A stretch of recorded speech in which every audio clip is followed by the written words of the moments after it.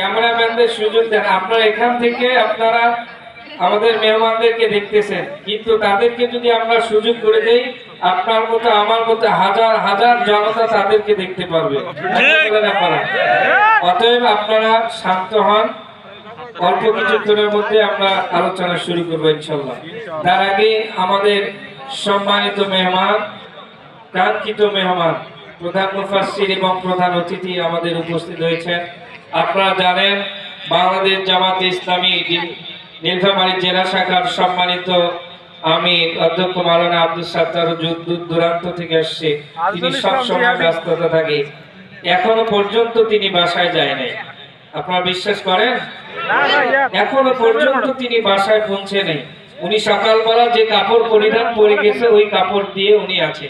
যাই হোক, আপনাদের উদ্দেশ্যে দোয়া চাওয়ার উদ্দেশ্যে এখন কথা বলবেন বাংলাদেশ জামাতে ইসলামী নীলফামারী জেলা শাখার সম্মানিত জেলা আমির ও আগামীতে জাতীয় সংসদ সদস্য ডোমা ডিমলা নীলফামারী 1 আসনের জামাত মনোনীত পদপ্রার্থী মার্কা দাড়ি আমার ওস্তাদ হযরত মাওলানা অধ্যক্ষ মাওলানা আব্দুল সাত্তার হুজুরকে তেনার দোয়া চাওয়ার জন্য সবিনয় অনুরোধ করছি।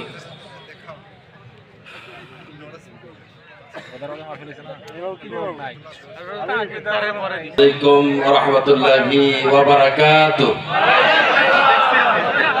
আপনারা কেমন আছেন? আরো উচ্চ আওয়াজে আলহামদুলিল্লাহ।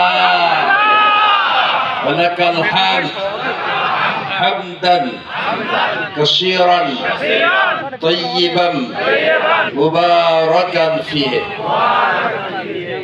আলহেরা মডেল হিফজ মাদ্রাসা 13 জন হাফেজ ছাত্রদের পদবী প্রদান উপলক্ষে আজকের আয়োজিত ঐতিহাসিক তাফসীরুল কোরআন মাহফিল, বাতিলের আতঙ্ক, ইসলামী আন্দোলনের বীর সিপাহী সাদাত প্রখ্যাত মুফাসসির কোরআন হযরত মাওলানা আজিজুল ইসলাম জিহাদি সাতক্ষীরা, আল্লাহ রাব্বুল আলামিন তার হায়াতে ও কণ্ঠে বারাকা দান করুন, বলেন আমিন।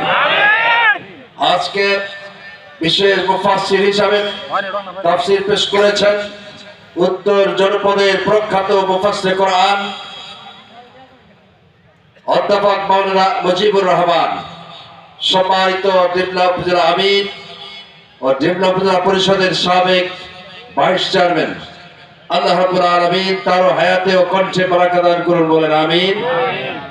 সাথী বন্ধুগণ, পর্দার অন্তরালে সম্মানিত মা ও বোনেরা, মিডিয়ার সম্মানিত সহকর্মী বৃন্দ, প্রশাসনের সম্মানিত কর্মকর্তা বৃন্দ, অন্যান্য অতিথি বৃন্দ, মহান আল্লাহ পাকের দরবারে আজকে শুকরিয়া জানাচ্ছি যিনি রব্বুল আলামিন মহাগ্রন্থ আল কোরআনের হাফেজ ছাত্রদের পাগড়ি পরার অনুষ্ঠানে অতিথিবৃন্দ কোরআন সুন্নাহ থেকে জ্ঞান গর্ব আলোচনা করার এবং আপনারা যারা দূর দূরান্ত থেকে আজকে মাহফিলকে ধন্য করেছেন সেজন্য মহান আল্লাহ পাকের দরবারে আরেকবার শুকরিয়া বলি আলহামদুলিল্লাহ।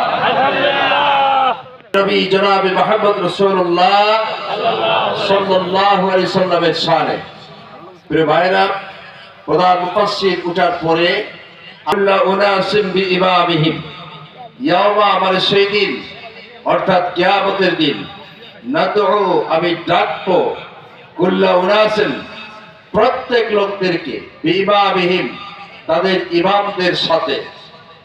অর্থাৎ দুনিয়ায় আপনি যাকে ইমাম বানাবেন, নেতা মানবেন, যার নেতৃত্বে রাজনীতি করবেন, তিনি যদি অসৎ, মদখোর, জুয়াচোর, ইসলামী আদর্শের মতাদর্শের বিরোধী, কোরআন সুন্নাহর আদলে একটি রাষ্ট্র ব্যবস্থা বাংলাদেশে কায়েম হোক সেটার বিরোধী, এভাবে করে ইসলামী শক্তির উত্থান হোক, এই আদর্শ বিরোধী কর্মকাণ্ডে যারা আত্মনিয়োগ করেছে এইরকম লোককে যদি আপনি নেতা নির্বাচন করেন তাদেরকে সহ কিয়ামতের ময়দানে উঠতে হবে।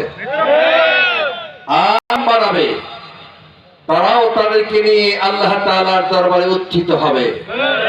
এখন আপনারা ভালো নেতা মানবেন নাকি মন্দ নেতা নির্বাচন করবেন, এই এখতিয়ার আপনাদের।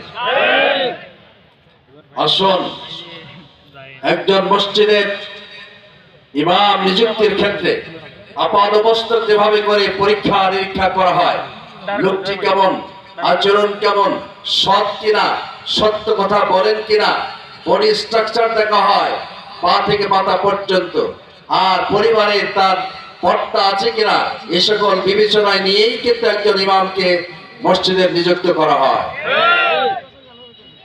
যিনি 4.5 লক্ষেরও অধিক লোকের ইমাম হবেন, নেতা হবেন, তাহলে আরো শত শত বার অধিক যাচাই করে ওই বড় ইমাম নিযুক্তির ক্ষেত্রে আপনাদেরকে সতর্কতা অবলম্বন করতে হবে।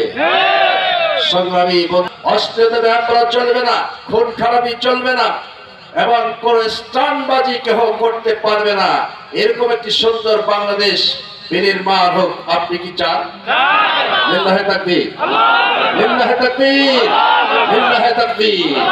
আল্লাহ রাব্বুল আলামিন আগামী দিনের বাংলাদেশকে বৈষম্য মুক্ত, দুর্নীতি মুক্ত, সন্ত্রাস মুক্ত একটি সুন্দর বাংলাদেশ আপনাদের সকলের সার্বিক সহযোগিতার মাধ্যমে দান করুন, বলেন আমিন। ওয়া আখিরু দাওয়ানা আলহামদুলিল্লাহ ওয়াসসালাতু ওয়াসসালামু আলা রাসূলিল্লাহ ওয়া আখিরু দাওয়ানা আলহামদুলিল্লাহি রাব্বিল আলামিন।